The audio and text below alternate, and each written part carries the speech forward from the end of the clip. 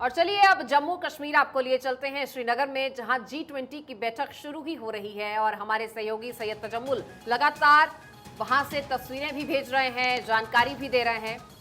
एक बार फिर से उनका रुख कर लें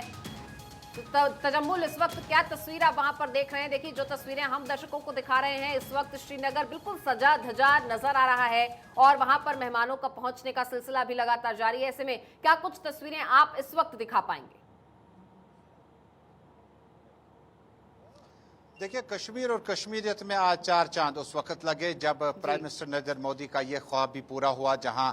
G20 कंट्रीज की इस मेज़बानी का शरफ जम्मू कश्मीर को हासिल हुआ और उस जगह पर कश्मीर का इंतखाब किया गया जहां पर डल झील के किनारे जबरवन पहाड़ियों के बीचों बीच में इस खूबसूरत जगह पर खूबसूरत मेहमानों का सिलसिला 11:15 बजे से शुरू हुआ। ठीक 11:15 पर इसी स्पॉट से जो है पहला डेपुटेशन G20 कंट्रीज का यहां से गुजर गया। उसके बाद दूसरा डेपुटेशन जो है वो 11:30 बजे आ गया और सीधा यहां से वो ताज विवांता गए, जहां कुछ वक्त तक लंच वगैरह मुकम्मल होने के बाद ये डेपुटेशन जो है ठीक 3 बजे जो है मेरे पीछे जो SKICC का काफिला यहां से शुरू हो जाएगा और यहां से ही गाड़ियां वगैरह जो है SKICC के लिए रवाना कर दी जाएंगी। सिक्योरिटी बंदोबस्त के बीचों बीच में मैरीन कमांडोज के साथ साथ न सिर्फ डल झील, जहलम किनारे जहां इस वक्त हम मौजूद हैं और डल झील में और जहलम किनारे में आप तस्वीरों में देख पाएंगे, इमरान दिखाएगा कि बिल्कुल कोई सिविल मूवमेंट अलाउड नहीं है और तस्वीरें साफ तौर पर देखी जा सकती। जिन हाउस बोटों में जिन शिकारों को आप देख पाएंगे,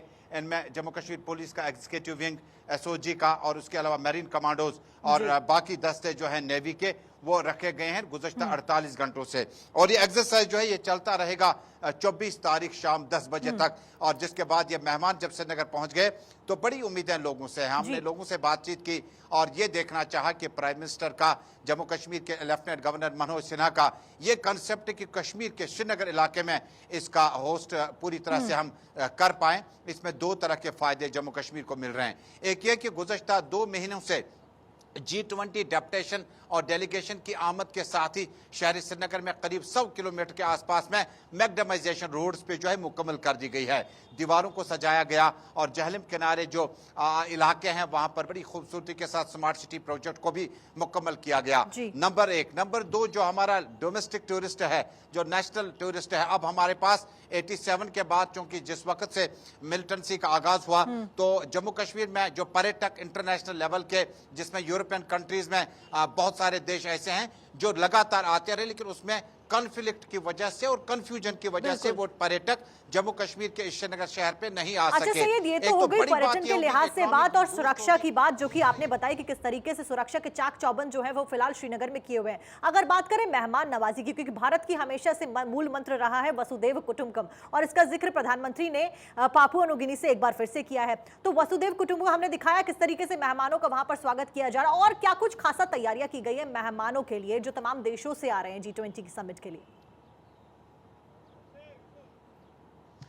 देखिए, जम्मू कश्मीर का जो मुल्क का ये हिस्सा है ये बहुत खूबसूरत है, बहुत अनमोल है। यहाँ पर हेरिटेज, उसके बाद कल्चर, उसके बाद जो हमारा ट्रेडिशन है उसमें हमारे ट्रेडिशन में हमारे वो चीज़ें भी दिखाई जाएंगी जिसमें हमारे यहाँ पर नमकीन चाय का जो इस्तेमाल है वो किस तरह से इंटरनेशनल लेवल पर यूरोप में इंट्रोडक्शन किया जाए। हालांकि कुछ पर्यटकों के साथ हमने भी बातचीत की, वो भी मानते हैं कि जम्मू कश्मीर में जो हमारा कश्मीर का वाजवान है, हमारा जो खाने पीने में नॉन वेज की जो डिशेज हैं, हालांकि मिडल ईस्ट के ईरान से निकल कर यहाँ पहुंची है और अब वापसी में वाजवान का जो ट्रेडिशन होगा वो यूरोपियन कल्चर के साथ जोड़ा जाएगा। और इसके अलावा जो हमारे ट्रेडिशनल चीजें हैं जिसमें आपने देखा होगा कि हमारा जो कल्चरल विंग है, हमारा जो ड्रामा डिवीजन का जो विंग है, एंटरटेनमेंट डिवीजन का विंग है, कश्मीर बड़ा रिच रहा है, जहां सूफी संतों के साथ साथ हमारे यहाँ पर मौसीकी के मदाहों की तादाद बहुत ज्यादा है। और यूरोप में हमने देखा होगा या मिडिल ईस्ट में, गल्फ कंट्रीज में हमने देखा कि कश्मीर के म्यूजिक को, कश्मीर के बांड पत्थर को ट्रेडिशनल तरीके से वहां तक ले जाने की कोशिश की गई। अब जब मेहमान यहाँ पे आए हैं 19 देशों के साथ साथ यूरोपियन कंट्रीज के, जब 20 G20 कंट्रीज के मेहमान यहां पे आएंगे तो इसका जायका भी जरूर चखा जाएगा। यानी गालिबन जम्मू कश्मीर में जो हमारे ट्रेडिशनल चीज हैं उनकी एग्जीबिशन होगी और उसके बाद पॉलिटिकल चैप्टर अपनी जगह है, डेवलपमेंटल एस्पेक्ट अपनी जगह है, लेकिन टूरिज्म का जो पोटेंशियल जम्मू कश्मीर में है, गुलमर्ग, पहलगाम, यूसमर्ग, सोनमर्ग, अफरवट की ऊंची पहाड़ियों से गंडोला में किस तरह से मेहमान हवा में लहराते हुए वहां पहुंच जाते हैं, ये वो इंट्रोडक्शन चैप्टर होगा जिसमें आज हमारे यूरोपियन डेलीगेशन जो होंगे वो देख के जाएंगे और उसके बाद एक एम्बेसडर का रोल करके, हमारे कंट्री का रोल अदा करके वहां से न सिर्फ टूरिज्म को बूस्ट किया जाएगा बल्कि टूरिज्म के साथ साथ जम्मू कश्मीर में जो फिल्म सिटी का कंसेप्ट अब बढ़ने जा रहा है कि फिल्म सिटी जम्मू कश्मीर में नोएडा तर्ज पर, हैदराबाद के तर्ज पर बनाई जाएगी, उसका भी स्कोप है। मुझे लगता है कि ये जम्मू कश्मीर के अवाम के लिए, चाहे वो जम्मू का अवाम हो, कश्मीर का अवाम हो, लद्दाख का अवाम हो, उनके लिए पैकेज से भरा ये माहौल है और आने वाले दिनों में इसके नताए जो है हमें देखना शुरू हो जाएंगे। बिल्कुल, देखिए सैयद, क्योंकि जम्मू कश्मीर में ये बैठक होने जा रही है, अपने आप में एक बड़ा और ऐतिहासिक इवेंट है और सालों साल बाद जम्मू कश्मीर में ऐसा कोई आयोजन है। मामला बड़ा है लेकिन उसी के साथ इस चीज से भी इनकार नहीं किया जा सकता कि जगह सेंसिटिव है। ऐसे में क्या कुछ ऐसी जगहें चिन्हित की गई हैं जहां पर ये तमाम डेलीगेट्स नहीं जाएंगे या वहां पर विजिट से किनारा किया गया है, और कुछ ऐसी जगहें जो खास तौर पर तैयार की गई हैं जहां पर इनका विजिट कराया जाएगा? देखिए, जो हमारे कश्मीर में जिन जगहों का इंतखाब किया गया था, सबसे पहले गुलमर्ग जाना चाहिए था डेलीगेशन को और ये आज के प्रोग्राम में रखा गया था। कुछ वक्त के बाद जब वो SKIC से पहुंच जाएंगे तो हो सकता है कि उसके बाद गुलमर्ग का प्रोग्राम शेड्यूल किया गया था, लेकिन आखिरी लम्हात में गुलमर्ग न जाने का जो फैसला है वो एडमिनिस्ट्रेशन ने किया। उसकी गालिबन कई एक वजूहत है जिसमें प्रशासन को ये इनपुट भी था कि गालिबन जो TRF है उन्होंने थ्रेट दिया था कि अगर श्रीनगर के आसपास में भी हमने इन डेप्टेशन को पाया तो शायद वो अपनी हरकतें दिखाना शुरू करेंगे। इसलिए एडमिनिस्ट्रेशन ने या जम्मू कश्मीर पुलिस ने या प्रशासन ने कोई भी रिस्क नहीं लिया, क्योंकि गुलमर्ग यहाँ से करीबन 60 किलोमीटर दूर है, पहाड़ी क्षेत्र है। जब आप श्रीनगर सिटी से बाहर निकल आएंगे तो आपको 3 टायर सिक्योरिटी सिस्टम में आपको रोड ओपनिंग पार्टीज के साथ साथ डिप्लॉयमेंट जो दायरा है वो जम्मू कश्मीर पुलिस का, CRPF का बढ़ाना था, लिहाजा वहां नहीं जाएंगे। इसके बाद दूसरी अहम जगहों में जो श्रीनगर के आसपास में आज जो शेड्यूल में रखी गई है आज और कल में, उसमें मुगल गार्डन्स यानी निशात, शालीमार, हारमन के इलाके में आज ये मेहमान जो है वहां पर कुदरत की खूबसूरती और कारीगरी से लुत्फ अंदोज हो जाएंगे। उसके बाद डल झील के आसपास में निगीन लेक से लेकर आप नेहरू पार्क तक जो भी इस एरिया में आपको जो डल का एरिया है, वाटर बॉडीज है, वहां पर ये मेहमान जाएंगे और खुद देखेंगे कि कुदरत की कारीगरी के और खूबसूरत बनाने के लिए प्रशासन ने भी अपनी तरफ से कितनी तैयारियां मुकम्मल कर ली है। इसके बाद जो जम्मू कश्मीर में म्यूजियम, श्रीनगर में म्यूजियम है, उसके बाद कई अहम जगह हैं जिनका आज रुख करेंगे, लेकिन गुलमर्ग जो शेड्यूल में रखा गया था और उसके बाद पहलगाम और उसके बाद कई एक जगहों पर फिलहाल ये डेप्टेशन जो है, जो एडवाइजरी जम्मू कश्मीर पुलिस की आई है जराये के हवाले से, उसमें इन जगहों के बजाय ये पूरे 48 घंटे श्रीनगर शहर में ही गुजारेंगे। यानी डल लेक के आसपास में जो आपका SKICC है, शेर कश्मीर इंटरनेशनल कन्वेंशन सेंटर, वहां पे रहेंगे। ताज विमानतल के आसपास में बोटेनिकल गार्डन है, उसके आसपास में जबरबंद पहाड़ियों के बीच में शंकर आचार्य का जो मंदिर है उसके आसपास में ही ये पूरा 3 दिन गुजारेंगे। उसके बाद 25 तारीख को ये वापस नई दिल्ली रवाना हो जाएंगे। बिल्कुल सैयद, इस बीच एक सवाल ये भी उठता है कि तमाम जो देश शामिल हो रहे हैं G20 की समिट में जो कि श्रीनगर में आयोजित की जा रही है, इस बीच चाइना ने इससे किनारा कर लिया, विवादित क्षेत्र इसने बताया और ये हवाला देते हुए चीन ने किनारा कर लिया है। इस बीच में चाइना को लेकर क्या कुछ अहम वार्ता हो सकती है इस समिट में? देखिए, समिट में जब आप 20 कंट्रीज को समेटते हैं तो चाइना का एब्सटेंड करना, चाइना का गैर हाजिर रहना न सिर्फ फॉरेन पॉलिसी बल्कि मुल्क के लिए, हालांकि पहले ही